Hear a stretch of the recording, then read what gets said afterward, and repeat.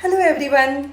आज के समय में लोगों की लाइफ स्टाइल बहुत ही अजीब हो गई है और इसके साथ ही साथ लोगों को लाइफ स्टाइल डिसऑर्डर हो गए हैं जो कोई ना कोई छोटी बीमारी में कन्वर्ट हो गए हैं और इसके साथ ही साथ हर एक कोई छोटी से छोटी समस्या से पीड़ित है जिसको हम कोई भी छोटी मोटी बीमारी का नाम देते हैं।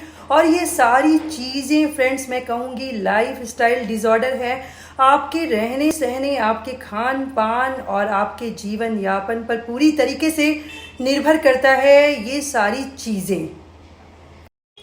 फ्रेंड्स उसी तरीके से आज मैं जिस बीमारी की बात कर रही हूँ वो है यूरिक एसिड। यूरिक एसिड का नाम तो आप लोगों ने सुना होगा कि यू से यूरिक एसिड हो गया है, उसे चलने में दिक्कत हो रही है, ये प्रॉब्लम हो रही है। तो जब खून में यूरिक एसिड की मात्रा बढ़ जाती है तो ठीक उसी तरीके से जैसे ब्लड में कोलेस्ट्रॉल की मात्रा बढ़ने से हार्ट डिजीज़ का खतरा बढ़ जाता है, उसी तरह से जब हमारे खून में यूरिक एसिड की मात्रा बढ़ जाती है तो हमें होने लगती है बहुत सारी शारीरिक समस्या और शारीरिक समस्या का सामना करते करते हम थक जाते हैं और बहुत बार ये सिम्टम्स भी समझ में नहीं आते हैं कि हमें एग्जैक्टली हुआ क्या है। तो आज हम इसी के बारे में बात इसके बारे में वन बाय वन हम चर्चा करते हैं। और सबसे पहले इस चर्चा में हम जानते हैं कि यूरिक एसिड क्या है। ऑक्सीजन, हाइड्रोजन और नाइट्रोजन से मिलकर बना होता है। यह हमारे शरीर में बनने वाला एक ऐसा केमिकल है जो हमारे शरीर में भोजन के जरिए प्रवेश करता है। खाने में हम कुछ ऐसी चीज़ें खाते हैं जिसके जरिए ये हमारे शरीर में प्रवेश करता है और प्रवेश कर इन सारी चीज़ों की मात्रा में गड़बड़ कर देता है और हमारे शरीर में बन जाता है। यूरिक एसिड बढ़ने लगता है और यूरिक एसिड बढ़ने के साथ ही साथ बहुत सारी समस्याएं आना शुरू हो जाती हैं। आमतौर पर हमारा शरीर किडनी की सहायता से यूरिक एसिड को फिल्टर करता है और यूरिन के जरिए यूरिक एसिड को शरीर से बाहर निकाल देता है। और यदि हम भोजन में बहुत ज़्यादा प्यूरिन का सेवन करते हैं तो फिर ये हमारे शरीर से बाहर निकालने में असमर्थ होता है और हमारे शरीर में यूरिक एसिड की मात्रा बढ़ जाती है। और फ्रेंड्स इसे ही हम यूरिक एसिड बोलते हैं। अब हम जानते हैं कि यूरिक एसिड हम कैसे पहचानेंगे कि हमें यूरिक एसिड हो गया है। तो इसके कुछ लक्षणों के बारे में मैं आपसे बात करती हूँ। अब हमें ये जानना ज़रूरी है कि यूरिक एसिड हमें होता क्यों है, यूरिक एसिड बढ़ता क्यों है बॉडी में। वो तो मैंने आपको बताया। ये यूरिक एसिड बढ़ता है भोजन में बहुत ज़्यादा प्रोटीन डाइट लेने से, प्रोटीन की बहुत ज़्यादा अधिकता लेने से, सही तरीके से भोजन नहीं करने से, कम पानी पीने से, एक्सरसाइज नहीं करने से, बॉडी मूवमेंट नहीं करने से और जेनेटिक रीज़न भी कुछ है जिसकी वजह से हमें यूरिक एसिड हो सकता है। और इसके लक्षण भी मैंने आपको बताया है।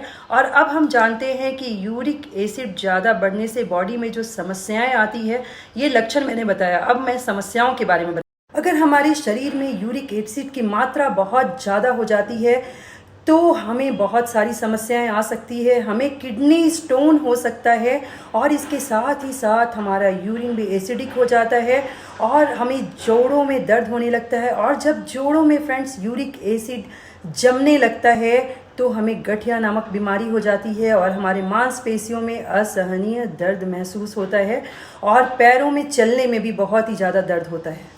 आइए दोस्तों, सबसे पहले मैं आपको बताती हूँ कि आपको यूरिक एसिड में क्या क्या खाना चाहिए और क्या नहीं खाना चाहिए। तो सबसे पहले हम जानते हैं कि क्या खाना चाहिए। फ्रेंड्स, यूरिक एसिड वाले पेशेंट को अगर और कोई समस्या नहीं है, मैं बार बार ये कहती हूँ कि एक समस्या दूसरी समस्या से कोरिलेट होती है। तो अगर यूरिक एसिड वाले पेशेंट को और कोई अनदर समस्या नहीं है तो उसे अपने खाने में विटामिन सी शामिल जरूर करना चाहिए। और एक नींबू किसी भी तरह से खाने में खाना चाहिए। एक नींबू में होता है साइट्रिक एसिड जो हमारे यूरिक एसिड को कम कर सकता है, यूरिन के जरिए बाहर निकाल सकता है। तो एक नींबू हमें रोज खाना चाहिए जिसे यूरिक एसिड है।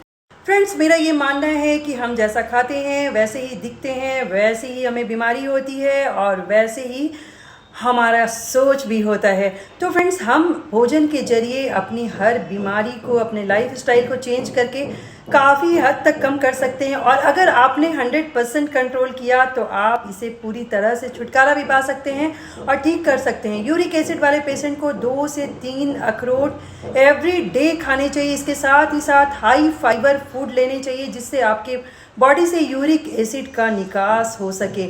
और इसके लिए आपको हाई फाइबर फूड लेना चाहिए। ब्राउन राइस आप ले सकते हैं, ब्रोकोली ले सकते हैं, बीन्स ले सकते हैं, दलिया ले सकते हैं, और बहुत ज़्यादा जिस खाने में फाइबर की मात्रा ज़्यादा हो वो आपको लेना चाहिए।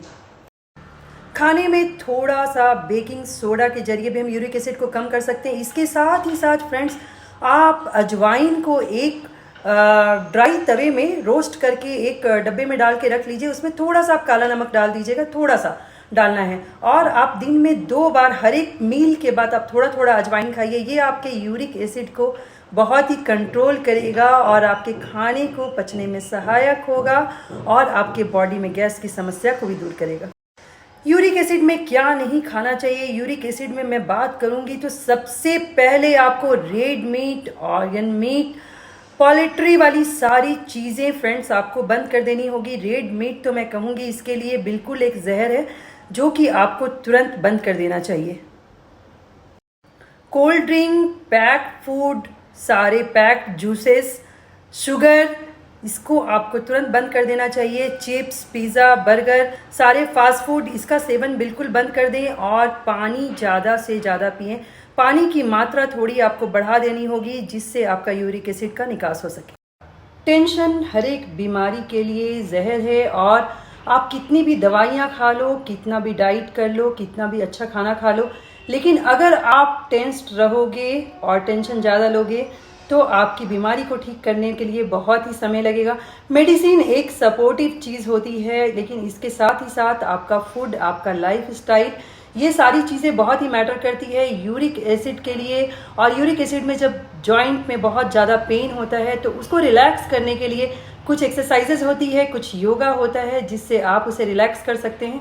और वो योगा भी मैं आपको बताऊंगी जो आप कर सकते हैं और यूरिक एसिड को अपने रिलैक्स कर सकते हैं, अपने जॉइंट पेन को कम कर सकते हैं और थोड़ा रिलैक्स महसूस कर सकते हैं। यूरिक एसिड में फ्रेंड्स जब बहुत ज़्यादा पेन होता है तो हम लोग जॉइंट्स को रिलैक्स करेंगे। इसके लिए तितली आसन करेंगे और इसके बाद हम ये भुजंग आसन करेंगे। भुजंग आसन में अगर आपकी एड़ियों में बहुत ज़्यादा दर्द होता है और कंधे में अगर दर्द होता है तो बहुत रिलैक्स करेगा। और इसके साथ ही साथ अगर आपके घुटनों में दर्द होता है तो ये आसन, दोनों पैर को जोड़ के ये आसन हम करेंगे तो हमारे घुटनों में बहुत ही रिलैक्स महसूस होगा। इसके बाद पैरों में खिंचाव बहुत ज़्यादा महसूस होता है तो उसके लिए हम लोग लेट के एक एक करके पैरों में जब इस आसन को करेंगे तो बहुत ही रिलैक्स महसूस होगा और बहुत ही अच्छा लगेगा। और आपके कंधे और फिंगर्स में जब पेन होता है तब फ्रेंड्स हम बैठकर ये योगासन करेंगे और खींचेंगे इसको, और सांस को भरते हुए हम होल्ड करेंगे 10 काउंट पे, फिर सांस छोड़ेंगे। और फ्रेंड्स ये जब ये आसन भी आप करेंगे, पैरों के नीचे दर्द के लिए खिंचाव महसूस होता है तो उसके लिए हम ये आसन करेंगे और रिलैक्स फील करेंगे। और इसके साथ ही साथ दोनों पैरों को फोल्ड करके हाथों को पीछे की तरफ से हम पकड़ेंगे और रिलैक्स महसूस करेंगे। और ये आसन तो आपको बहुत ही रिलैक्स महसूस कराएगा। वज्रासन में बैठकर दोनों हाथ को आप सामने की ओर लेके आराम से लेट जाएंगे और हिप को सटा लेंगे। और ये है वृक्षासन। वृक्षासन भी हमारे यूरिक एसिड में बहुत ही मददगार साबित होता है और जॉइंट्स को करता है रिलैक्स। और इसके साथ ही ये आसन आप करेंगे, ये भी जॉइंट को बहुत ही रिलैक्स करता है और आपको महसूस कराता है बहुत रिलैक्स। और इसके साथ ही साथ पैरों में जब बहुत ज़्यादा दर्द हो तो आप बैठकर इस तरह से ये आसन करेंगे, पैरों को फ्री करने के लिए इस तरह से ये करेंगे।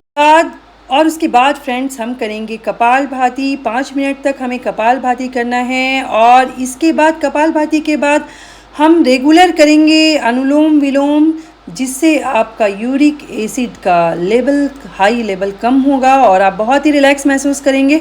और इसके बाद भ्रामरी करेंगे। जब आप रात में भ्रामरी करके सोएंगे तो आपका पूरा बॉडी रिलैक्स हो जाएगा और आपको पेन महसूस नहीं होगा और आपको नींद भी बहुत ही अच्छी आएगी।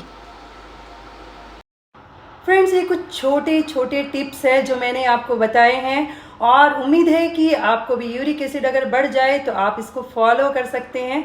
और इसके साथ ही साथ मेरे चैनल को लाइक, सब्सक्राइब, कमेंट और शेयर करना ना भूलें। Bye bye, stay safe, stay healthy, bye.